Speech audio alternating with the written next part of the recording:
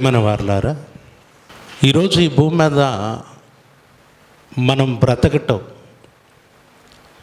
మనం చలించటం అనేటటువంటిది అది కేవలం దేవుని వలననే, దేవుడి దయ వలననే. అందుకే బైబిల్ గ్రంథంలో ఒక చక్కటి మాట రాయబడి ఉంది. అపోస్తల కార్యములు 17వ అధ్యాయము 24వ వచనం. జగత్తును అందలి సమస్తమును నిర్మించిన దేవుడు తానే ఆకాశమునకును భూమికిని ప్రభువై ఉన్నందున హస్తకృతములైన ఆలయములలో నివసింపడు. ఆయన అందరికిని జీవమును ఊపిరిని సమస్తమును దయచేయువాడు గనుక అన్నాడు. చూడండి, ఆయన అందరికీ ఏమిస్తున్నాడట? జీవము, అలాగే ఊపిరి. 28వ వచనం చూడండి, 28వ వచనం. మనం ఆయన యందు బ్రతుకుచున్నాము, చలించుచున్నాము, ఉనికి కలిగి ఉన్నాము అన్నాడు. మనం ఆయన యందు బ్రతుకుచున్నాం, చలిస్తున్నాం, ఉనికి కలిగి ఉన్నాం. ఈ భూమి మీద నువ్వు బ్రతుకున్నావు అనంటే అది దేవుని వలన. నువ్వు చలిస్తున్నావు, ఉనికి కలిగి ఉన్నావు అని అంటే అది కేవలం దేవుని కృప వలన, దేవుని దయ వలన బ్రతుకుతున్నాం. దేవుని దయ వలన, దేవుని కృప వలన మన ఉనికిని, జీవాన్ని కలిగి చలిస్తున్నాం. అయితే ప్రియులారా, ఈవేళ దేవుని సన్నిధిలో దేవుడు మనకిచ్చినటువంటి సమయాన్ని సద్వినియోగపరుచుకుంటూ ఒక మంచి సందర్భాన్ని మనం నేర్చుకొనబోతూ ఉన్నాం. చాలా జాగ్రత్తగా మీరు ఈ నా మాటలు వినాలి. ప్రియమైన వారలారా, మనం బ్రతకటానికి మనందరి సృష్టికర్త అయినటువంటి దేవాది దేవుడు మనకంటే ముందు, అంటే మానవుణ్ణి సృజించటం కంటే ముందు ప్రకృతిని చేశాడు, సృష్టిని చేశాడు. ఈ విశాలమైనటువంటి విశ్వాన్ని దేవుడు చేశాడు. అది మనిషి కోసం.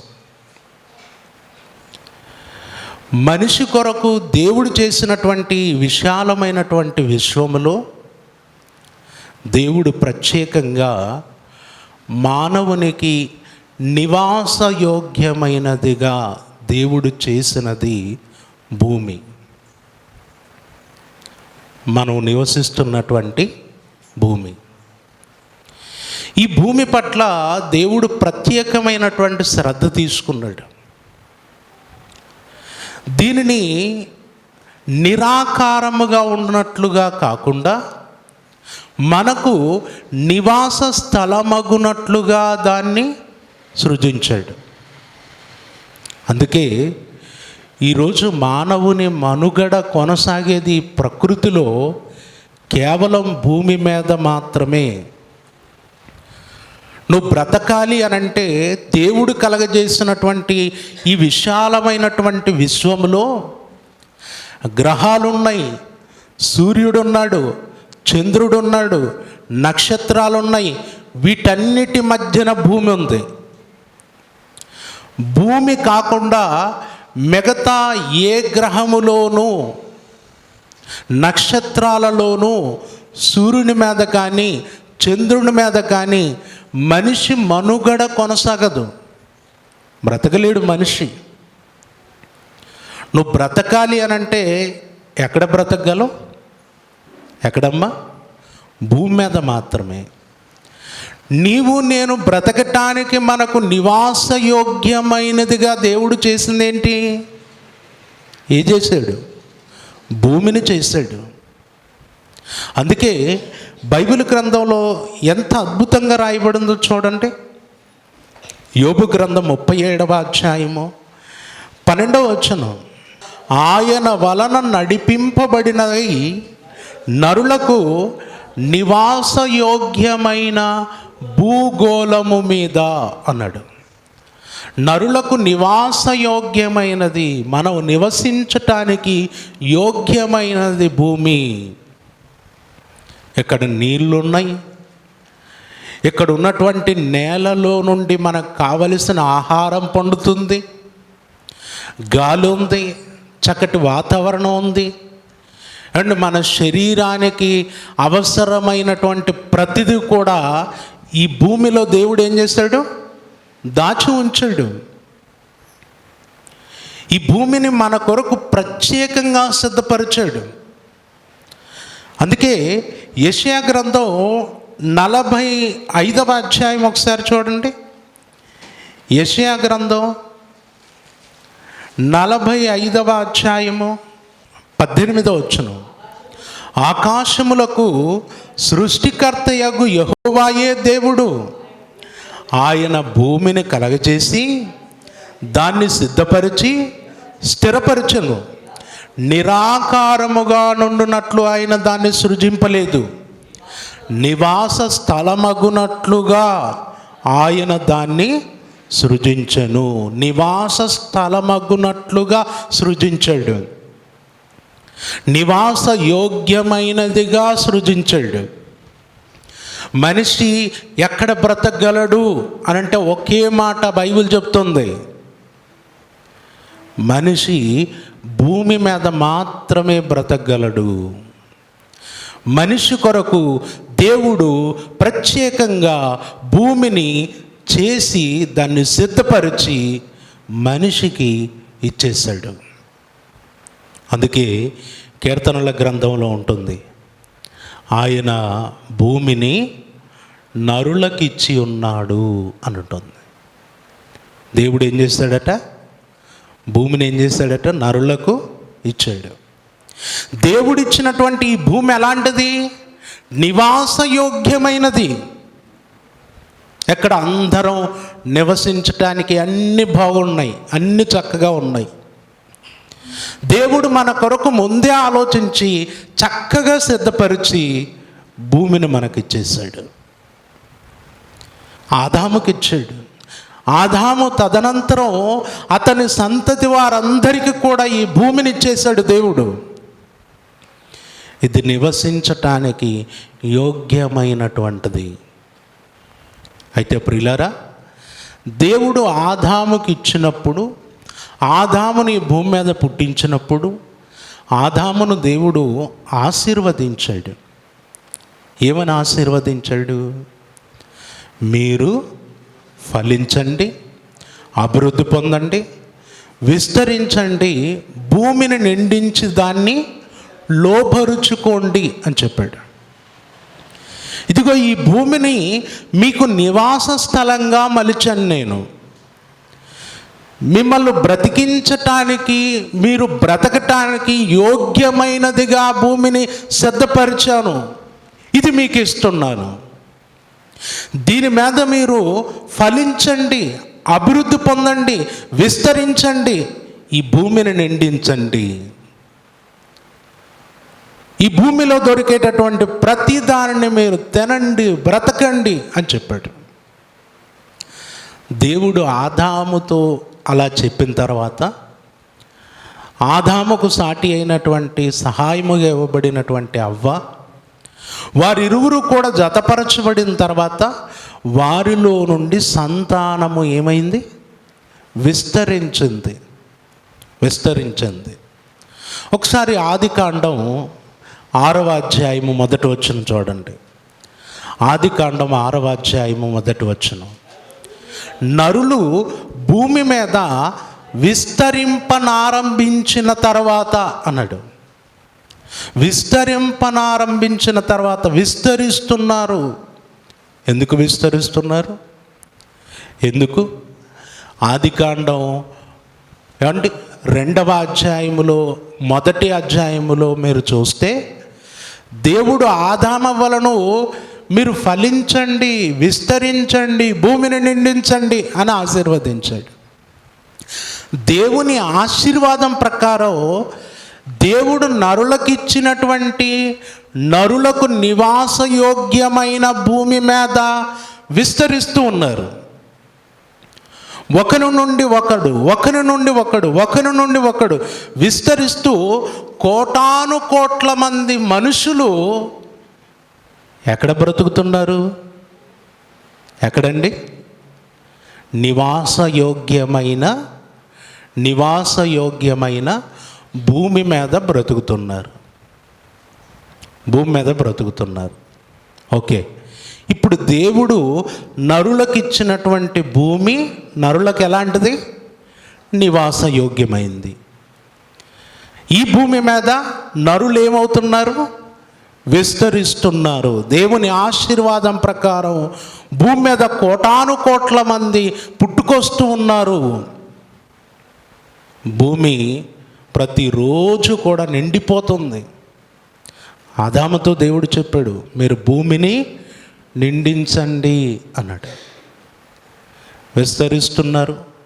కాబట్టి భూమి అంతా కూడా జనాభా నిండిపోతూ ఉంది. అలా కొనసాగుతూ ఉంది. ఇప్పుడు ఇక్కడ దేవుడు భూమినిచ్చాడు, నివాసయోగ్యమైనదిగా చేసిచ్చాడు. భూమి మీద నరులు విస్తరిస్తున్నారు. అంతా చక్కగా జరుగుతుంది. జరుగుతున్న ఈ క్రమంలో క్రొత్త నిబంధనలో అపోస్తులుడైన పౌలు గారు హెబ్రీలకు పత్రికను రాస్తూ ఒక మాట చెప్పాడు. హెబ్రీలకు రాసినటువంటి పత్రిక 11వ అధ్యాయము 38వ వచనం, గొర్రె చర్మములను మేక చర్మములను వేసుకొని దరిద్రులై ఉండి శ్రమపడి హింస పొందుచు అడవులలోను కొండల మీదను గుహలలోను సొరంగములలోను తిరుగులాడుచు సంచరించిరి అన్నాడు. సంచరించిరి ఎవరు? మీరు 11వ అధ్యాయము మొదటి నుండి చూస్తే 11వ అధ్యాయములో విశ్వాస వీరులను గురించి ప్రారంభించాడు. మొదట హానోకు నుండి, హెబేలు నుండి తీసుకొచ్చాడు. మొదటివాడు ఎవరు? విశ్వాస వీరుల్లో మొట్టమొదటివాడు హెబేలు. హెబేలు దగ్గర నుండి ప్రారంభించాడు. విశ్వాస వీరులను గురించి సంఘానికి చెబుతున్నాడు. ఎందుకంటే హెబ్రీలలో సంఘములో అక్కడ ఏమైపోయిందంటే కలుగుతున్న శ్రమలకు విశ్వాసము నుండి తొలగిపోయే పరిస్థితులు వచ్చాయి. ఒకప్పుడు బాగా పరిగెత్తిన వారు, ఒకప్పుడు చక్కగా ప్రభు కొరకు త్యాగాలు చేసిన వారు, తమ ఆస్తులను సహితం ఇచ్చేసిన వారు, కలుగుతున్న శ్రమలకు ఇబ్బందులకు ప్రభువుకు దూరం అయిపోయేటటువంటి పరిస్థితి వచ్చింది. అలాంటి పరిస్థితుల్లో వారిని బలపరచడానికి విశ్వాస వీరులందరినీ జ్ఞాపకం చేస్తూ వచ్చాడు. విశ్వాస వీరులందరి గురించి ఒక్కొక్కరి గురించి చెబుతూ వచ్చాడు. వచ్చిన తర్వాత 11వ అధ్యాయము 36వ వచనంలో ఏం చెప్పాడు? 36వ వచనంలో మరికొందరు తిరస్కారములను, కొరడా దెబ్బలను, మరి బంధకములను, ఖైదును అనుభవించిరి. రాళ్లతో కొట్టబడిరి, రంపములతో కోయబడిరి, శోధింపబడిరి, ఖడ్గముతో చంపబడిరి. ఇదిగో చరిత్రలో విశ్వాస వీరులైన వారు ఇన్ని రకాలుగా శ్రమ పెట్టబడ్డారు, నలిగిపోయారు, చంపబడ్డారు, అడవులకు పారిపోయారు. ఆనాటి సమాజం వాళ్ళను బ్రతకనివ్వలేదు. కానీ ఎన్ని శ్రమలు పెట్టినా వారి విశ్వాసాన్ని వారు విడిచిపెట్టలేదు అని చెబుతూ ఆ విశ్వాస వీరులను గురించి చెబుతూ క్రింద ఏమన్నాడో చూడండి. 38వ వచనంలో క్రింద ఏమన్నాడు? అట్టివారికి ఈ లోకము యోగ్యమైనది కాదు అన్నాడు. అట్టి వారికి ఈ లోకము యోగ్యమైనది కాదు. ఈ లోకము యోగ్యమైనది కాదు. ఇప్పుడు మనం మొదట దేవుడు కలగజేసినటువంటి భూమి కొరకు మాట్లాడుకున్నాం. భూమి ఎలాంటిది? భూమిని దేవుడు ఎలా చేశాడండి? భూమి ఒక నివాసయోగ్యమైనది. భూమిని దేవుడు ఎలా చేశాడు? మనుషులు నివసించటానికి యోగ్యమైనదిగా దేవుడు చేశాడు. ఇప్పుడు దేవుడు నివాసయోగ్యమైనదిగా చేసినందుకు అందరూ భూమి మీద ఏమవుతున్నారు? బ్రతుకుతున్నారు, విస్తరిస్తున్నారు, జీవం కలిగి ఉన్నారు. ఓకే, ఇప్పుడు అందరూ బ్రతకటానికి నివాసయోగ్యమైనదిగా భూమిని చేసి అందరికి దేవుడు అనుగ్రహించి ఇచ్చేసి ఈ భూమి మీద పెడితే, ఈ భూమి మీద నివసిస్తున్న వారిలో విశ్వాస వీరులైన వారు, భక్తులైన వారు, ప్రభు కొరకు శ్రమ పడుతున్నవారు, ఎప్పుడూ కూడా ఇతరుల చేత శ్రమ పెట్టబడుతున్న వారు ఎవరైతే ఉన్నారో వీరికి మాత్రం లోకం ఎలాంటిదట? యోగ్యమైనది కాదు. భూమి ఎలాంటిదండి? నివాసయోగ్యమైంది. లోకం ఎలాంటిది? నివాసయోగ్యమైనది కాదు. ఇప్పుడు ఇక్కడ కొంచెం మీకు అర్థం కాని విషయం ఒకటి ఉంటుంది. అసలు భూమి అంటే ఏంటి, లోకం అంటే ఏంటని. అండి, భూమి అంటే ఏంటి, లోకం అంటే ఏంటి? జాగ్రత్త చెప్తాను వినండి. భూమి అనేటటువంటిది దేవుడు మనం నివసించటానికి సిద్ధపరిచింది. మనం ఇప్పుడు ఎక్కడున్నాం? ఆకాశంలోనా, భూమి మీద? ఆరాధన ఎక్కడ జరుగుతుంది? భూమి మీద. మనం కూర్చున్నది ఎక్కడ? నిలబడింది ఎక్కడ? బ్రతుకుతున్నది ఎక్కడ? భూమి మీద. దేవుడు దీన్ని మన కొరకు ముందే చేసి పెట్టాడు. ఇది మనం నివసించటానికి యోగ్యమైంది. ఇప్పుడు దేవుడు ఆదాముతో మీరు ఫలించండి, అభివృద్ధి పొందండి, విస్తరించండి, భూమిని నిండించండి అన్నాడు. ఇప్పుడు భూమి మీద విస్తరించింది ఎవరు?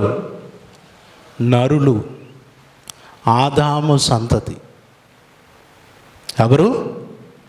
ఆదాము సంతతి అంటే మనుషులు. ఈ మనుషులందరూ కూడా వీరిని ఏమన్నాడో తెలుసా? బైబిల్లో ఏమన్నాడు? లోకము అన్నాడు. అంటే భూమి మనం నివసించేది. మనుషులందరూ లోకం అండ్ లోకం. ఒకసారి పేతురు గారు రాసినటువంటి పత్రిక చూద్దాం. పేతురు గారు రాసినటువంటి 2వ పత్రిక 2వ అధ్యాయము 5వ వచనం చూద్దాం. 5వ వచనం. మరియు ఆయన పూర్వకాలమందున్న లోకమును విడిచిపెట్టక భక్తిహీనుల సమూహం మీదికి జలప్రళయమును రప్పించినప్పుడు అన్నాడు. చూడండి, పూర్వకాలమందున్న లోకమును విడిచిపెట్టక ఏది లోకం? నోవాహు కాలములో భూమి మీద విస్తరించినటువంటి ఆ ప్రజలందరూ ఎవరండి? లోకం. వారంతా ఎవరు? లోకం. అందుకే ఇక్కడ అంటున్నాడు, పూర్వకాలమందున్న లోకమును విడిచిపెట్టక భక్తిహీనుల సమూహం మీదకి జలప్రళయమును రప్పించి అన్నాడు. అంటే భూమి వేరు, లోకం వేరు. ఈ భూమి మనం నివసిస్తున్నది. ఈ భూమి మీద ఏముంది? భూమి మీద ఏముందండి? లోకం ఉంది. లోకము అనంటే ఇప్పుడు మనమంతా కూడా లోకమేనా? మనమంతా కూడా లోకమేనా? కాదు, మనం లోకం కాదు. ఎందుకు అనంటే ఒకసారి మీరు ఒక మాట చూడండి. అపోస్తల కార్యములు 2వ అధ్యాయము 40వ వచనం. ఇంకను అనేక విధములైన మాటలతో సాక్ష్యమిచ్చి మీరు మూర్ఖులకు ఈ తరము వారికి వేరై రక్షణ పొందుడని వారిని హెచ్చరించండి. మీరు వేరై రక్షణ పొందండి. మూర్ఖులకు తరం. ఇక్కడ కింద అన్నాడు వంకరైన అన్నాడు. మూర్ఖులకు తరం అంటే వంకరైన, వక్ర జనం. తర్వాత ఇదివరకు మీరు పేతురుపత్రిక చదివారు కదా, లోకము అన్నాడు పైన, కింద ఏమన్నాడు? భక్తిహీనుల సమూహము అన్నాడు. లోకం అంటే ఏంటి? లోకం అంటే మనుషులే, కానీ లోకము అని అంటే భక్తిహీనులు, మూర్ఖులకు తరం. ఇప్పుడు క్రీస్తునందు విశ్వాసం ఉంచిన వారందరూ కూడా లోకమా? కాదు. లోకం వేరు, క్రైస్తవుడు వేరు. ఇది మీరు గుర్తుపెట్టుకోండి. ఇప్పుడు మీరు ముందు చెప్పినటువంటి విషయాన్ని బాగా ఆలోచించండి. భూమి అందరికీ నివాస యోగ్యమైంది. లోకం ఎలాంటిది? భక్తులైన వారికి, విశ్వాసులైన వారికి యోగ్యమైనది కాదు. యోగ్యమైనది కాదు అంటే భక్తులైన వారు లోకంతో కలిసి కొనసాగటానికి ఏమాత్రం సరిపోదు. భూమి మీద బ్రతకొచ్చు, భూమి మనకు నివాసయోగ్యమైందే, కానీ ఈ భూమి మీద మనతో పాటు ఉన్నటువంటి లోకంతో మనకు ఏమండి కలిసి కొనసాగటం అనేది కుదరదు. మనం ఇప్పుడు ఎక్కడున్నామమ్మా? భూమి మీద ఉన్నాం. మనం అంతా ఎక్కడున్నాం? భూమి మీద ఉన్నాం. మనం ఎవరి మధ్య ఉన్నాం? లోకం మధ్య ఉన్నాం. అంతేనా? మన చుట్టూ ఏముంది?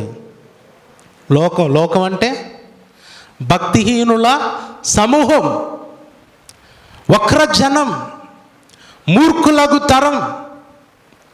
ఇప్పుడు ఈ భూమి మీద నివసించవచ్చు, దేవుడు మనకు నివాసయోగ్యంగా చేశాడు. భూమి మీద నివసించవచ్చు, కానీ మనకు భక్తిహీనుల సమూహము నివాసయోగ్యమైనది కాదు. వక్రజనముతో కలిసి నివసించుట అనేటటువంటిది అది సరైనది కాదు. అర్థమవుతుందా? లోకంతో కలిసి నివసించటం అనేది కుదరని పని. లోకం నివసించటానికి యోగ్యమైంది కాదు. అందుకే హెబ్రీ పత్రికలో మనం చదివితే వాళ్ళని ఏం చేశారు? రాళ్లతో కొట్టారు, రంపాలతో కోసారు, అవమానపరిచారు, ఏమండి శ్రమ పెట్టారు. ఎవరు? లోకం. అందుకే క్రింద ఏమన్నాడు? అట్టివారికి లోకము యోగ్యమైనది కాదు. అట్టివారికి లోకం యోగ్యమైనది కాదు. ఎందుకంటే లోకం ఎప్పుడు దేవుడి కొరకు ఆలోచించదు. దేవుని పట్ల భక్తి కలిగి ఉండదు, దేవుని పట్ల విశ్వాసం ఉండదు, దేవుణ్ణి వెదకదు. లోకం వక్రజనం, మూర్ఖులకు జనం, అజ్ఞానంతో కూడినటువంటిది. అందుకే ఆ లోకం నివాసయోగ్యమైనది కాదు. ఇప్పుడు నివాసయోగ్యము కానీ యోగ్యము కానీ ఆ లోకం మధ్య నుండి దేవుడు ఏం చేస్తాడో తెలుసా? ఒక అద్భుతమైనటువంటి మరొక లోకాన్ని సృష్టించాడు. మరొక లోకాన్ని సృష్టించాడు. అదే క్రొత్త ఆకాశము, క్రొత్త భూమి. అది ఎవరి కొరకు సృజించాడు? ఎవరి కొరకు అంటే తన పిల్లలైన వారి కొరకు. అంటే క్రీస్తునందు విశ్వాసం ఉంచిన వారి కొరకు దేవుడు ఏం చేశాడంటే ఒక ప్రత్యేకమైనటువంటి నూతన సృష్టిని, క్రొత్త సృష్టిని చేశాడు. నాయనా, మీకు లోకానికి సెట్ అవ్వదు, మీరు లోకంతో కలిసి బ్రతకలేరు. లోకంతో కలిసి బ్రతికినా లోకం మిమ్మల్ని బ్రతకనివ్వదు. వాళ్ళను మీరు పట్టుకొచ్చేది కాదు, మిమ్మల్నే వారు లోపలికి లాగేసుకుంటారు. కాబట్టి లోకం వద్దు మీకు, నేను ఒక క్రొత్త ఆకాశమును, క్రొత్త భూమిని సృజించబోతున్నాను. అందులో నీతి ఉంటుంది, సమాధానం ఉంటుంది అని దేవుడు ఒక అద్భుతమైనటువంటి నూతన సృష్టిని చేశాడు. ఆ నూతన సృష్టి సంఘము, క్రీస్తు సంఘం. ఆ క్రొత్త ఆకాశం, క్రొత్త భూమి అంటే ఏంటి? సంఘం. అంటే తన పిల్లలైన వారందరినీ కూడా దేవుడు ఏం చేశాడంటే సంఘములోనికి చేర్చాడు. లోకములో నుండి ఎక్కడికి తీసుకొచ్చాడు? సంఘములోనికి తీసుకొచ్చాడు. అందుకే అక్కడ పేతురు గారు చెప్పాడు, మూర్ఖులకు ఈ తరం వారికి వేరై రక్షణ పొందండి, వేరుకండి. అప్పటికి ఎక్కడున్నారు వాళ్ళు? మూర్ఖులకు తరము వారిలో వీరు కూడా కలిసిపోయి ఉన్నారు. వీరు కూడా అక్కడే ఉన్నారు. ఇప్పుడు అందులో నుండి వేరై వచ్చేసేయండి. ఎక్కడికి? సంఘములోనికి. సంఘముగా మీరు వచ్చేసేయండి. ఎందుకంటే దేవుడు తన పిల్లలైన వారి కోసం భూమిని మాత్రమే కదా ఆయన చేసింది. తన పిల్లలైన వారు, తన యందు భయభక్తులు కలిగిన వారు నివసించటానికి క్రీస్తు యేసు ద్వారా ఒక సంఘాన్ని నిర్మించాడు. ఏం చేశాడు? సంఘాన్ని నిర్మించాడు. ఒక మాట హెబ్రీలకు రాసినటువంటి పత్రికలో చదువుదాం. అపోస్తులుడైన పౌలు గారు హెబ్రీలకు రాసినటువంటి పత్రిక 11వ అధ్యాయము 16వ వచనం. అయితే వారు మరి శ్రేష్టమైన దేశమును అనగా పరలోక సంబంధమైన దేశమును కోరుచున్నారు. అందుచేత తాను వారి దేవుడనని అనిపించుకొనుటకు దేవుడు వారిని గూర్చి సిగ్గుపడడు. ఎలా అనగా ఆయన వారి కొరకు ఒక పట్టణమును సిద్ధపరిచి ఉన్నాడు. ఆయన వారి కొరకు ఏం సిద్ధపరిచాడట? పట్టణం. ఎందుకు పట్టణం? ఎందుకు దేవుడు ఒక పట్టణాన్ని సిద్ధపరిచాడు? లోకము యోగ్యమైనది కాదు. లోకము యోగ్యమైనది కాదు గనక దేవుడు ఒక ఆత్మ సంబంధమైన సంఘమును, ఒక పట్టణాన్ని నిర్మించి అందులోనికి చేర్చాడు.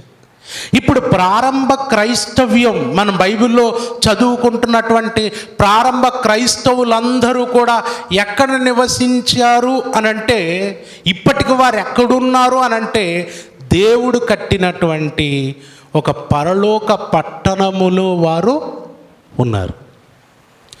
బ్రతుకున్నప్పుడు లోకమునకు వేరై సంఘములోకి వచ్చారు. మరణించిన తర్వాత కూడా వారు దేవుడు కట్టిన ఆ రాజ్యములో వారు నివాసం చేస్తున్నారు. ఇప్పుడు మనమంతా కూడా క్రీస్తునందు విశ్వాసం ఉంచిన మనమందరం కూడా మనం ఎక్కడున్నాం? ఒకటి, భూమి మీద ఉన్నాం. ఎవరి మధ్యన ఉన్నాం అంటే లోకం మధ్యనే ఉన్నాం. కానీ మనం ఎవరితో ఉన్నాం? ఇది చాలా ఇంపార్టెంట్. ఎవరితో ఉన్నాం? లోకంతోనా, సంఘంతోనా? లోకంతోనా, క్రీస్తు సంపాదించినటువంటి పరిశుద్ధులతోనా? ఎవరితో ఉన్నావు? మనకు నివాసయోగ్యమైనది ఏది? లోకమా, సంఘమా? నువ్వు భక్తిగా లోకం మధ్య ఉంటే ఉండనిస్తుందా? ఉండనిస్తుందండి. 10 సార్లు నువ్వు దేవుడి గురించి, వాక్యం గురించి లోకం మధ్య మాట్లాడు, ఏదిరా బాబు నీ సోది అని పక్కకి వెళ్ళిపోతాను. అంటే దేవుడి గురించి లోకానికి ఏంటన్నమాట? గిట్టదు, నచ్చదు, నువ్వు వారికి చెప్పినా ఎక్కదు. అవసరమైతే నువ్వు వస్తావా, వచ్చేసి ఎక్కడికి? మా రూట్లోకి వస్తే మా రూట్లోకి వచ్చేసేయి. నీ దేవుడి గురించి, పరలోకం గురించి, భక్తి గురించి మాతో నువ్వు చెప్పకు. ఎందుకంటే లోకం అసలు దేవుణ్ణి అంగీకరించదు. లోకం ప్రభువును విశ్వసించదు. అలాంటి లోకముతో మనం కలిసి కొనసాగటానికి వీలు లేదని దేవుడు మనల్ని ఏం చేశాడంటే, మనకు ఒక లోకాన్ని, ఒక అద్భుతమైనటువంటి ప్రపంచాన్ని దేవుడు ఇచ్చాడు. అదే సంఘం. మొన్నటి వరకు నువ్వు ప్రభువు దగ్గరకు రాకముందు నీకు ఒకటే ప్రపంచం. ఏ ప్రపంచం? మూర్ఖులగు తరములో నువ్వు ఒకరన్నమాట. వక్ర జనములో నువ్వు ఒకరు. భక్తిహీనుల సమూహములో నువ్వు ఒకడివే. ఇప్పుడు దేవుడు నీకేమిచ్చాడు? క్రీస్తునందు, క్రీస్తు యేసు ద్వారా రక్షించి ఏమిచ్చాడు? ఒక అద్భుతమైనటువంటి సంఘాన్ని ఇచ్చాడు. ఆ సంఘములో నిన్ను నివసింపచేస్తున్నాడు అండి, నిన్ను ఆనందింపచేస్తున్నాడు. ఇప్పుడు నువ్వు లోకంతో కలిసి బ్రతకలేవు, కానీ సంఘముతో మాత్రం నువ్వు కలిసి బ్రతకగలవు, బ్రతుకుతావు కూడా. కాకపోతే మన సమస్య ఏంటంటే, మనకి ఏం కావాల్సి వచ్చింది? ఇప్పుడు మళ్ళీ ఏం కావాల్సి వచ్చిందండి? ఏం కావాల్సి వచ్చింది? లోకమా, సంఘమా? ఎవరితో ఎక్కువగా ఉంటాం మనం? ఎవరితో ఉండటానికి ఇష్టపడతాం? ఏమండి, సహవాసము, మాట్లాడటం, మన అవసరాల కొరకు కలిసి పనిచేయటం ఇది వేరు. చేయొచ్చు, తప్పులేదు. ఎందుకంటే భౌతికంగా బ్రతకటానికి లోకం మధ్య మనం వారితో మాట్లాడటం, వారితో కలిసి పనిచేయటం, వారితో కలిసి కూర్చోవటం, కలిసి భోజనం చేయటం సమస్య లేదు. కానీ సమస్య ఏదో తెలుసా? సమస్య ఏది? ఇలా అవసరం కొరకు కలిసి ప్రయాణించి మనం వారి జీవితాలలో వారు ఏదైతే అజ్ఞానం కలిగి ఉన్నారో అదే అజ్ఞానంలోనికి మనం దిగజారిపోవటం, ఇది సమస్య అండి. ఇప్పుడు యేసుక్రీస్తు ఉన్నాడు. యేసుక్రీస్తు పాపులతో కలిసి కూర్చున్నాడా? ఆయన కలిసి కూర్చున్నాడు, వారితో కలిసి భోంచేశాడా? భోంచేశాడు. అందుకే ఆయన ఏమన్నారు? ఈయన పాపులకు స్నేహితుడు అన్నారు. ఎవరట స్నేహితుడు? యేసు ప్రభు అట. ఈయన పాపులకు స్నేహితుడు అని ఎందుకన్నారు? ఎప్పుడు ఆయన వాళ్ళ మధ్యనే ఉంటాడు, వాళ్ళతో సహవాసం చేస్తుంటాడు, వాళ్ళతో కలిసి భోజనం చేస్తుంటాడు, వారికి బోధ చేస్తుంటాడు. ఇప్పుడు వారి మధ్యన ఎందుకున్నాడు ఆయన అంటే, ఆయన క్లారిటీ ఉంది. ఆయన ఏమంటాడు? రోగులకే కానీ వైద్యుడక్కరా, ఆరోగ్యం గల వాడికి వైద్యుడక్కరా లేదు. నువ్వు ఇక్కడ ఎందుకున్నావయ్యా అని అంటే ఆయన ఏం చెప్తాడు? మనకు ఏం చెప్తాడు? వీళ్ళంతా రోగులు, నేను వైద్యుణ్ణి. ఇప్పుడు నేను ఎక్కడుండాలి? రోగుల మధ్య ఉండాలి. అండ్ క్లినిక్ ఎక్కడుంటుంది? ఊరు బయట ఎక్కడో పెడతారా? ఎక్కడ పెడతారు క్లినిక్? ఏమంటే క్లినిక్ ఎక్కడ ఉంటుంది? మన వీధుల్లో ఏదో ఒక సందులో ఉంటుంది. ఎందుకని మనుషులు ఇక్కడ ఉన్నారు, ఎవరికి ఎప్పుడు ఏ రోగం వస్తుందో తెలీదు, అందుబాటులో ఉంటుంది. ఇప్పుడు యేసు ప్రభు ఎక్కడున్నాడు? ఎవరి మధ్య ఉన్నాడు? పాపుల మధ్య ఉన్నాడు. పాపుల మధ్య ఆయన ఉన్నాడు కానీ, వారితో కలిసి కూర్చున్నాడు కానీ, వారితో కలిసి భోంచేశాడు కానీ ఆయన పాపము చేయలేదు. చేశాడా? చేయలేదు. అందుకే ఆయన గురించి హెబ్రీ పత్రికలో ఏం రాయబడింది? పవిత్రుడును, నిర్దోషియు, నిష్కల్మషుడును, పాపులలో చేరక ప్రత్యేకముగా ఉన్నవాడు అనంది. పాపులలో చేరక ప్రత్యేకంగా ఉన్నాడు. ఓకే, ఇప్పుడు దేవుడు మనల్ని కూడా ఏం చేశాడు? ప్రత్యేకపరిచాడా? అందులోనే కలిపేశాడా? లోకంతో కలిపేశాడు మనల్లో? ఏమా కలిసిపోయారా? మీరేమన్నా కలిసిపోయింటే మీకేమి ఎక్కదిక. మీరు లోకంతో కలిసిపోయి ఉన్నట్టుగానే ఉంది, కానీ మీరు లోకం కాదు. దేవుడు మిమ్మల్ని తన సంఘంలోకి చేర్చుకున్నాడు. ఎందుకంటే దేవుడు ఎప్పుడు కూడా తన పిల్లలు లోకంతో పాటు కలిపాడు, లోకంతో పాటు నశింపజేయడు, లోకంతో పాటు శిక్షించడు. మీరు చూడండి, నోవాహు ఉన్నాడు. నోవాహు, దేవుడు ఆ కాలములో భూమిని చూసినప్పుడు భూమి బలాత్కారముతో నిండిపోయింది. మనుషులందరూ చెడిపోయారు. దేవుడు నాశనం చేయాలి అనుకున్నాడు, అందరిని నాశనం చేయాలనుకున్నాడు. అనుకున్నప్పుడు ఆ తరము వారందరిలో నోవాహు ఎలా కనపడ్డాడట? దేవుడికి ఎలా కనపడ్డాడు? నీతిమంతునిగా కనబడ్డాడు. ఇప్పుడు నీతిమంతుని ఏం చేయాలి? ఆ నీతిమంతులతో పాటు నాశనం చేయాలా? అలా చేస్తాడా? చేస్తాడండి? చేయడు. దేవుడు ఏం చేశాడు? నోవాహును ఓడలోకి పంపించాడు, వీళ్ళను ముంచేశాడు. అంటే దేవుడు ఎప్పుడు కూడా అనీతిమంతులతో పాటు తన పిల్లల్లో కలిపేయడు, నశింపజేయడు, శిక్షించడు. తన పిల్లలు ఎప్పుడు ప్రత్యేకంగా ఉండాలి. లోకం మధ్య ఉండొచ్చు, కానీ ప్రత్యేకంగా ఉండాలి.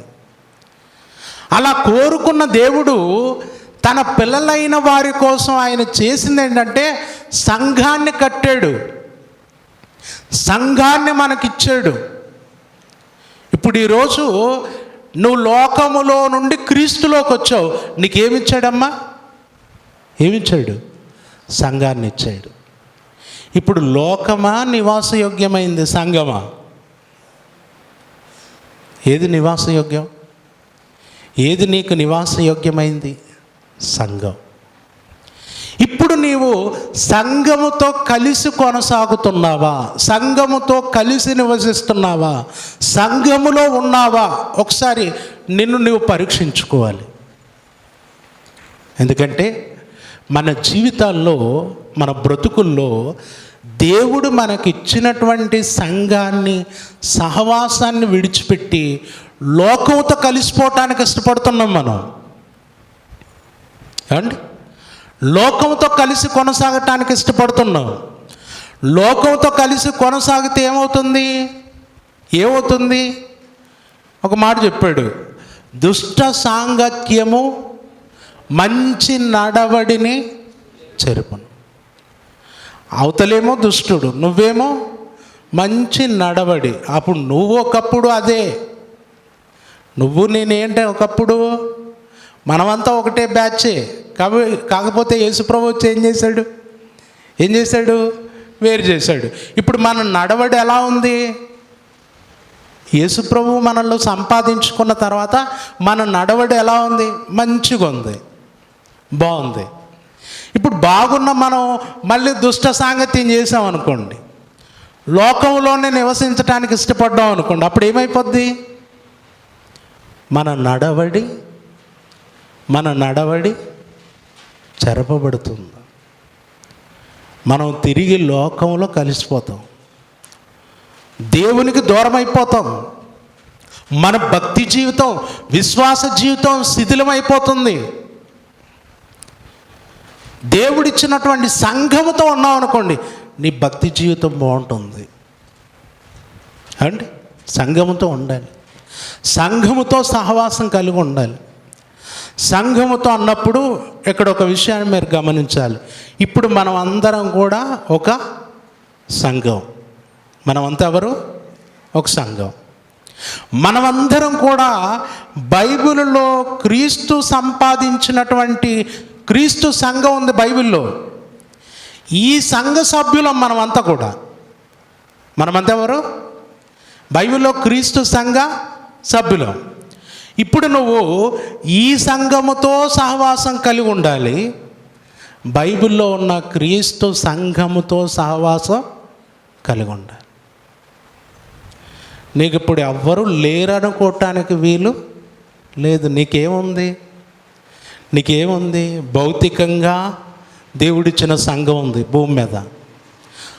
ఆత్మ సంబంధంగా ఆలోచిస్తే క్రీస్తు సంఘములో, బైబిల్లో ఉన్నటువంటి క్రీస్తు సంఘములో నువ్వు సభ్యుడు. ఇప్పుడు మీరంతా సహవాసానికి వచ్చారు. ఎవరితో కలిసి సహవాసం చేయటానికి వచ్చారు? ఇక్కడ భూమి మీద దేవుడు నీకు ఇక్కడ భౌతికంగా ఇచ్చినటువంటి సంఘముతో సహవాసం చేయటానికి వచ్చారు. మీ సంఘ సభ్యులు ఎవరు? మీరంతా ఎవరు? ఒకరికొకరు సభ్యులు, ఒకరికొకరు కలిసిన వారు, క్రీస్తు ద్వారా కలపబడిన వారు. ఇప్పుడు ఇక్కడ సహవాసం చేస్తాం. ఇది ఎప్పటి వరకు సహవాసం? ఇది ఎప్పటి వరకు అమ్మా? ఎన్ని గంటలకు వచ్చారు? 9కి వచ్చాం. కొన్ని రోజులు పోతే 10, 11, తర్వాత ఇంకెంతో తెలీదు వచ్చాం. ఇప్పుడు ఈ సహవాసం ఎంతసేపు అండి?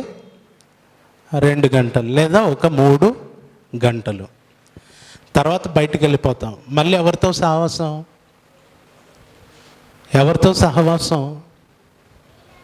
లోకంతోనా అండి? లోకంతో మనం బ్రతకటానికి, వాళ్ళతో మాట్లాడటం, కలవటం అవి తప్పు లేదు. ఎందుకంటే ఒక మాట బైబిల్లో ఒక మాట చెప్పాడు పౌలు గారు. ఒకసారి కొరింథీయులకు రాసినటువంటి మొదటి పత్రిక 5వ అధ్యాయము 10వ వచనం చూద్దాం. అయితే ఈ లోకపు జారులతో నైనను, లోబులతోనైనను, దోచుకొని వారితోనైనను, విగ్రహారాధికులతోనైనను ఏమాత్రం సాంగత్యము చేయవద్దని కాదు. అలాగైతే మీరు లోకములో నుండి వెళ్ళిపోవలసి వచ్చును అన్నాడు. చూడ, లోకములో నుండి ఏం కావాల్సి వస్తుంది? ఏమవ్వాల్సి వస్తుంది? వెళ్ళిపోవాల్సి వస్తుంది. ఎప్పుడు? వీడు భక్తిహీనుడు, వాడు భక్తిహీనుడు, ఇక్కడ నేను ఉండను అన్నారనుకోండి, ఇంకెక్కడ ఉండటానికి లేదు. ఎందుకంటే భూమి మొత్తం ఏమైపోయారు? భూమి మొత్తం భక్తిహీనులు ఉన్నారు లేదా? నేను ఆడిపోతాను, ఎవరన్నా ఉంటే అక్కడ ఉంటానంటే అక్కడ కూడా వాళ్ళే. ఎక్కడ అలా అనుకుంటే మనం లోకములో నుండి ఏమవ్వాల్సి వస్తుంది? వెళ్ళిపోవాల్సి వస్తుంది. కాబట్టి వాళ్ళతో మన అవసరాలు, మన పనులు, భౌతికంగా మనం బ్రతకటానికి కొరకైనటువంటి కార్యక్రమాలు, ఆ విషయంలో మనం కలిసి ఉండటం అనేది తప్పు కాదు. అలాంటి సమస్య ఏమీ లేదు. అయితే ప్రియులారా, ఇప్పుడు మనం ఇక్కడ సంఘముతో సహవాసం కలిగి ఉన్నాం. బయటికి వెళ్తే లోకం అక్కర్లేదు. ఏ విషయంలో? భక్తులుగా మనం లోకంతో కలుసుకొని సహవాసం చేసే విషయంలో అవసరం లేదు. వేరే వ్యాపార విషయాల్లో ఏమన్నా అవసరాలు ఉంటే ఓకే, దాని విషయం పక్కన పెట్టండి. నువ్వు బయటికి వెళ్ళిన తర్వాత కూడా ఇక్కడ సహవాసం ఈ సంఘంతో చేసావు. బయటికి వెళ్ళిన తర్వాత నీ సహవాసం బైబిల్లో ఉన్నటువంటి క్రీస్తు సంఘముతో ఉండాలి. క్రీస్తు సంఘముతో ఉండాలి. అసలు బైబిల్లో ఉన్నటువంటి క్రీస్తు సంఘముతో సహవాసం చేయటం, వారితో కలవటం, వారితో మాట్లాడుకోవటం, వారి విషయాలు నువ్వు తెలుసుకోవటం, నీ విషయాలు చెప్పుకోవటం, అసలు దీనికి సమయం అనేది లేనే లేదు. అమ్మ, మీకు అర్థమవుతుందో లేదో జాగ్రత్త వినండి. బైబిల్లో ఉన్నటువంటి సంఘముతో సహవాసం చెయ్యటం అనేటటువంటిది నిజంగా మీకు అనుభవం ఉందా? అనుభవం ఉందా? ఏమండి, మామూలుగా మీరు చూడండి, ఒక మనిషి మరొక మనిషిని ప్రేమిస్తే ఆ మనిషి దూరంగా ఉన్న అతనితో మన బంధం అలాగే ఉంటుంది.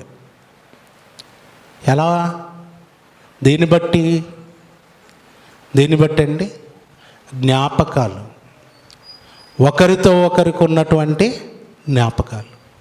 అంటే ఒకరితో ఒకరికి ఉన్నటువంటి జ్ఞాపకాలతో ఆ బంధాన్ని అలాగే నిలుపుకోవచ్చా, నిలుపుకోలేమా?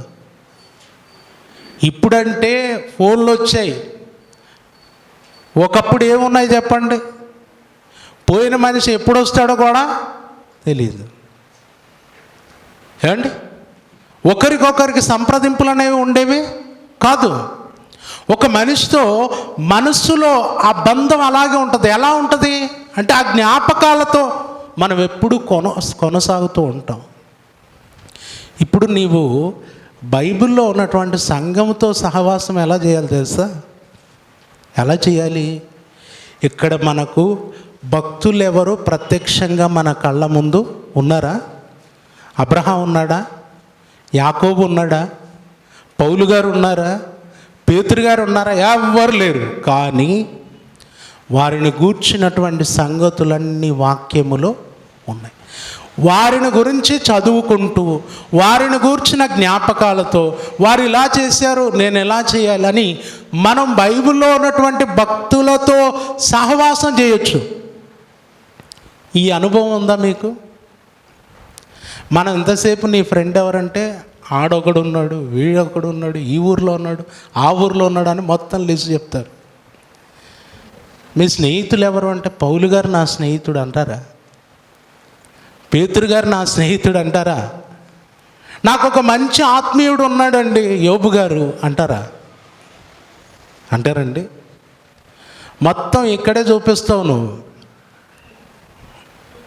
ప్రియులారా, నీవు నీ వ్యక్తిగత జీవితంలో ఎప్పుడూ కూడా బైబిల్తో నువ్వు కనెక్ట్ అయ్యి ఉంటే నీకు ఒక అద్భుతమైన సహవాసం. అసలు ఒంటరి వారమని అనిపించదు. మనం ఏం చేస్తామంటే ఒక్కరం ఉన్నాం అనుకోండి, మనకు భయం. నేను ఒక్కనున్నా పిలుచుకుంటాం, రా ఇడికి రా, ఒక్కనే ఉన్నారా, కొద్దిసేపు మాట్లాడుకుందాం అంటాం. ఆ టైం నీది. వాక్యములో దేవుడితో నువ్వు మాట్లాడవా? బైబిల్ చదువుకోవా? ఆ టైంలో పౌలు గారితోనో పేతురు గారితోనో సహవాసం చేయవా? ఆ పేతురు గారు ఎలా ఉన్నారు, ఎలా ప్రయాణించారు, ఎలా పరిచర్య చేశారు? చదువుతూ పోతూ ఉంటే ఎలా ఉంటుంది తెలుసా? చదువుతూ పోతూ ఉంటే అలా నువ్వు ఆయన గురించి తెలుసుకుంటూ, ఆయన పరిచర్య గురించి తెలుసుకుంటూ నీవు కూడా ఆయనతో కలిసి కొనసాగుతున్నట్టుగా ఉంటుంది. ఇంకా మనం ఆ అనుభవాల్లోనికి వచ్చామంటే ఒక్కరు ఉన్నామంటే ఒంటరిగా ఫీల్ అవుతుంటాం. అవునా కదా? భార్య ఒంటరిగా ఉందనుకోండి, ఏముంటుంది? భర్తను తొందరగా వచ్చేయి. భర్త ఒంటరిగా ఉన్నాడు అనుకోండి, పుట్టింటికి పోయింది అనుకోండి, రోజు ఫోనే, ఎప్పుడు వస్తావు, ఎక్కితివా, కూర్చుంటివా, లేస్తువా, సీటు దొరికేనా, ఇదే ఉంటుంది తిప్పలు. ఏమంటే ఇక్కడ ఒంటరిగా ఉన్నాను, వండుకోవటానికి లేదు, నా తిప్పలు దేవుడికి తెలుసు అంటాడు. ప్రియులారా, ఆ సమయం నీకు ఒక సంఘం ఉంది, భక్తులు ఉన్నారు, ప్రభు ఉన్నాడు, వారితో నువ్వు సహవాసం చేయొచ్చు, వారితో నువ్వు మాట్లాడుకోవచ్చు, వారి మాటలు నువ్వు తెలుసుకోవచ్చు అనే సంగతి నీకు తెలుసా? ఆ అనుభవంలోకి వచ్చావా? ఈరోజు అది లేదు, కానీ మన జీవితంలో ఒక సెల్ వచ్చింది చూసారు. ఇప్పుడు మనుషులు లేకపోయినా పర్వాలేదు.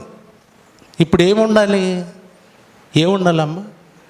పొరపాటుగా నెట్వర్క్ అంతా బంద్ అయిపోయి సెల్లులు పనిచేయకపోతే భూమి మీద సగం మంది శవాలే. అవునా కదా? ఇప్పుడు జీవితం అంటే ఏమైపోయింది? లేస్తే సెల్లుతోనే ప్రయాణం, పడుకుంటే సెల్లుతోనే, ఇంకంతే. నెట్వర్క్ బంద్ అయిందంటే సగం మంది ఏమైపోతారమ్మా? ఎవరెవరు చచ్చిపోతారు? చేయొద్దండి. పోతామా పోమా? ఇప్పుడు ఎలా ఉందంటే మన జీవితం సెల్తో కనెక్ట్ అయిపోయింది, కానీ బైబిల్తో, భక్తులతో కనెక్ట్ అవ్వాలా. సహవాసం వారితో లేదు, వారితో మనం మాట్లాడలే. సెల్ చూస్తాం. అదే చెప్తుందట, పోరా నాయన బంద్ చేసుకొని అంట. వినేదిలే ఏమండి?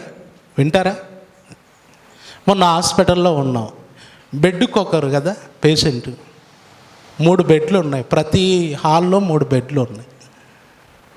ఈ 3 బెడ్లకు ఒక్కో పేషెంట్ దగ్గర ఒకరు ఉండాలి.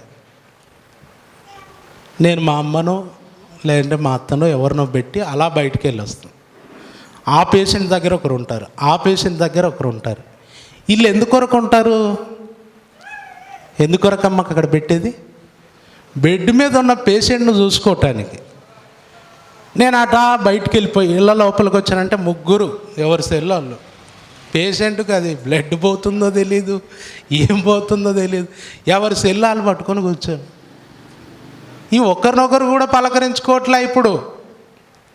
ఇంతకుముందు పోతే మీ పరిస్థితి ఏమి, మా ఇబ్బంది ఏమి అని ఆ పేషెంట్లతో మాట్లాడుకుంటే టైం గడిచిపోయేది. ఇప్పుడు పేషెంట్ను కూడా పట్టించుకోవట్లే. పక్కనున్న పేషెంట్కి మొన్న కొంచెం ఇట్లా నొక్కి పట్టుకోమ్మా, బ్లడ్ తీసింది, నొక్కి పట్టుకొని చెప్పిపోయింది. చెప్తే వదిలేసింది, మొత్తం బ్లడ్ ఆ మంచం మీద. ఇప్పుడు మన జీవితంలో ఒక సెల్లుతో సహవాసం చేసినట్టుగా మనం బైబిల్తో చేస్తున్నామండి. కొందరు పలకరిస్తాం, సెల్ చూసుకుంటుంటారు, పలకరిస్తాం, మన మాట వినబడదు. మళ్ళీ 2వసారి పలకరిస్తాం, ఎక్కదు.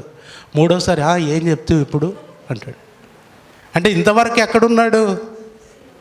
ఎవరితో సహవాసంలో ఉన్నాడు? అది. ఈ సహవాసం ఇలాగే ఇప్పుడు ఎక్కడికి వెళ్ళిపోవాలి? ఎక్కడికి వెళ్ళిపోవాలి? ఎప్పుడన్నా నువ్వు బైబిల్ చదువుతూ ఎవరన్నా పలకరిస్తే అసలు పలకకుండా ఆ బైబిల్ వాక్యపు ధ్యాసలోనే ఉండిపోయావు. ఎప్పుడన్నా ఉండిపోయారా? లేదు. మనమే దిక్కులు చూస్తుంటాం, వారు పిలుస్తారా, వీళ్ళు బైబిల్ ముందర ఉంటుంది, దిక్కులు చూస్తుంటాం, వాళ్ళు పిలుస్తారు. పిలిచేదే లేటు మనల్ని ఆ టైం. ఇంకెవరు పిలవకపోతే చదివి అట్టే అంతే. అప్పుడు లేపుతారు, లేయి పండుగైనా లే. ఒరే ఏమి నేను 2 అధ్యాయాలు కూడా పూర్తి చేసలేను. పూర్తి కాదు అది. అవుతుందా? సార్ నాకు నిద్రనే వస్తలేదు సార్ రాత్రి అంటే డాక్టర్ చెప్పాడట, బైబిల్ చదువుకో అన్నాడట. అంటే బైబిల్ చదువుకుంటే ఏమొస్తుంది? వచ్చిందా? ఆ అనుభవంతో చెప్తున్నట్టున్నారు మీరు. వస్తుంది మరి. ఎందుకంటే మనం బైబిల్కు బాగా కనెక్ట్ అవ్వాలా. ఇంకా అదే సెల్ చూసుకుంటూ ఉండండి, వస్తుంది నిద్ర? వస్తుందండి? రాదు. మా తమ్ముని కొడుకు ఎంత ఉన్నాడు, చిన్నోడు, దుప్పటి కప్పుకొని పడుకున్నాడు. రాత్రి 12 అయింది. లోపల లైట్ కనపడుతుంది, ఎందుకంటే అంతా చీకటి. లోపల లైట్ ఇట్లా దుప్పటి తీస్తే సెల్ చూసుకుంటూ కూర్చొని. ఆడు ఎంతున్నాడు? వాడికి 5 లేదా 6 ఏళ్ళు. ఆడు 12 అయినా సెల్ వదిలిపెట్టట్లే. మరి మన కథ? కొంతమందికి తెల్లారిపోద్ది. అవుతుందా లేదా? కాదా? పొద్దున అట్లే ఈ ఫేస్ అంతా ఎట్టుంటుంది తెలుసా? ఇవి ఉబ్బిపోయి బాగా, ఏం రాత్రి పని పోయొచ్చా అంటే, పనికి కాదు నాయన, పనికి కాదు వెళ్ళింది. ఏం చేసాం? రాత్రి అంతా సెల్లు చూసాం. అందుకే దేవుడు కూడా ఎలా పెట్టాడంటే, సగం రోగాలు రానున్న దినాల్లో దేన్ని బట్టి వస్తాయి తెలుసా? ఆల్రెడీ వచ్చేసాయి అండి. ఆల్రెడీ సగం రోగాలు దేన్ని బట్టి వచ్చేస్తున్నాయి? సెల్ను బట్టి. తొందరగా దెబ్బతినేది కంటి చూపు. తర్వాత ఈ స్కిన్ కూడా పాడవుతుందట. ఆ సెల్లు అండ్ అది చూడటం వల్ల ఈ స్కిన్ కూడా ఏమవుతుంది, పాడవుతుంది. ఇక ఎలాగో ఇక్కడ పెడతాం, ఇక్కడ ఏముంటుంది మనకు, అబ్బా మీరు కొద్దిసేపు పెట్టుకొని చూడండి, వేడవుతుందా కదా, వేడవుతుంది. నేను అందుకే ఇక్కడ పెట్టడం మానేసా. అండ్ దానివల్ల సగం రోగాలు రానున్న దినాల్లో మనం దేనితో అయితే సహవాసం చేస్తూ మన సమయం గడుపుతున్నామో అదే మనలో చంపేస్తుంది. నిజం కాదా ఇది? కాదండి, నిజం. ఇప్పటికే అలా పట్టుకొని చూస్తూ ఉంటే మొన్న సెల్లు పేలిపోయిన చేతిలోనే, పేలిపోతే ఈ చెయ్యి లేదండి, అసలు భయంకరంగా ఉంది. పిల్లరా, ఎందుకు ఈ మాట చెప్తున్నానంటే, ఒక సెల్ ఫోన్ మన చేతిలో ఉంటే మన బంధువుతో కూడా మనం మాట్లాడట్లా, మన ఇంట్లో ఉన్న వాళ్ళతో కూడా మాట్లాడట్లా, మనం ఎవరిని పట్టించుకోవట్లా, మన ఆలోచనలోనికి ఏది రావట్లా. ఎందుకంటే దానిలోనికి అంతగా దిగిపోయాం. అదే సహవాసం వాక్యంతో చెయ్యి, బైబిల్తో చెయ్యి, భక్తులతో చెయ్యి, ప్రభువుతో చెయ్యి. దేవుడు ఆ అవకాశాన్ని నీకు ఇచ్చాడు. ఇవ్వలేదండి.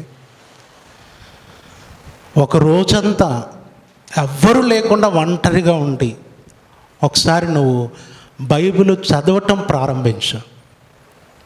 అసలు బైబిల్ చదువుతూ అర్థం చేసుకుంటూ ఉంటే ఆ వాక్యపు రుచిలో నీకు బైబిలే నీతో సహవాసం కలిగి ఉన్నట్టు, దేవుడే నీతో సహవాసం కలిగి ఉన్నట్టు అనిపిస్తుంది.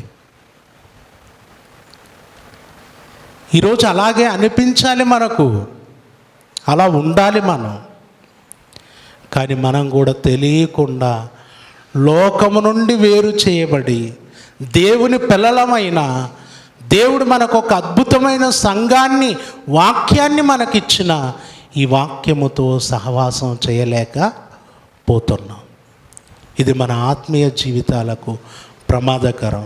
లోకం ఎప్పుడూ యోగ్యమైనది కానే కాదు. మీరు లోకం యోగ్యమైనది అనుకుంటే సంఘముతో సహవాసం కలిగి ఉండలేరు. లోకం యోగ్యమైనదని లోకంతో సహవాసం చేస్తే మీరు ప్రభువుకు దూరం అయిపోతారు. ఏది కావాలి? దేవుడు నివాస యోగ్యమైనదిగా మనకు సంఘాన్ని చేసి మనకిచ్చాడు. కాబట్టి సంఘంతో ఉందాం, సహవాసం కలిగి ఉందాం. ఇక్కడికి వచ్చినప్పుడు ఈ సంఘంతో సహవాసం. బయటకు వెళ్ళిన తర్వాత కూడా వీళ్ళను ఒకరితో ఒకరు మీరు మాట్లాడుకోవచ్చు, ఒకరి పరిస్థితులు ఒకరు చెప్పుకోవచ్చు, ఒకరి కొరకు ఒకరు ప్రార్థన చేయొచ్చు, ఒకరినొకరు బలపరుచుకోవచ్చు. వ్యక్తిగతంగా మాత్రం నీవు బైబిల్లో ఉన్నటువంటి క్రీస్తు సంఘంతో, ప్రభువుతో ఎక్కడికి వెళ్ళినా నువ్వు సహవాసం కలిగి ఉండొచ్చు, ఎప్పుడైనా కలిగి ఉండొచ్చు.